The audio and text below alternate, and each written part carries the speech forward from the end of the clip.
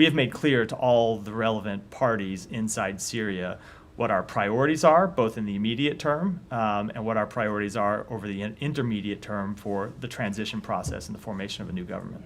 Now, just a question. The Secretary called for an inclusive process, non-sectarian, protecting minorities, pretty high, ambitious goals.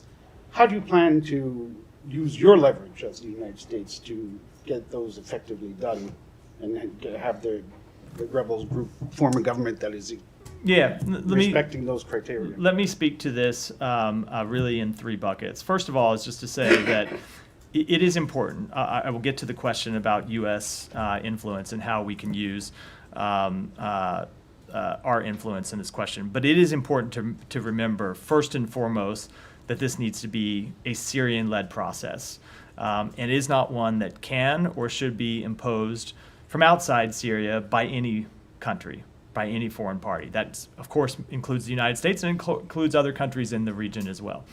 That's the first thing that I think bears always repeating when it comes to discussing this issue. The second thing is we are going to consult with our partners in the region, as the Secretary already has been by phone, to try and drive alignment on some of the principles that you saw us outline, because we think it's important that all parties sign up for these principles. We think they're principles that really should gather widespread support inside Syria and outside Syria as well. And then third, look, as I said in response to Matt's question, the U.S. has imposed a number of sanctions on Syria. We have suspended diplomatic relations with Syria. We have made quite clear for some time that Syria should not be treated as a normal country. You saw us object to the readmission of Syria to the Arab League before Assad had taken any of the steps that the Arab League and other countries had called on him to take to engage with other political actors inside Syria.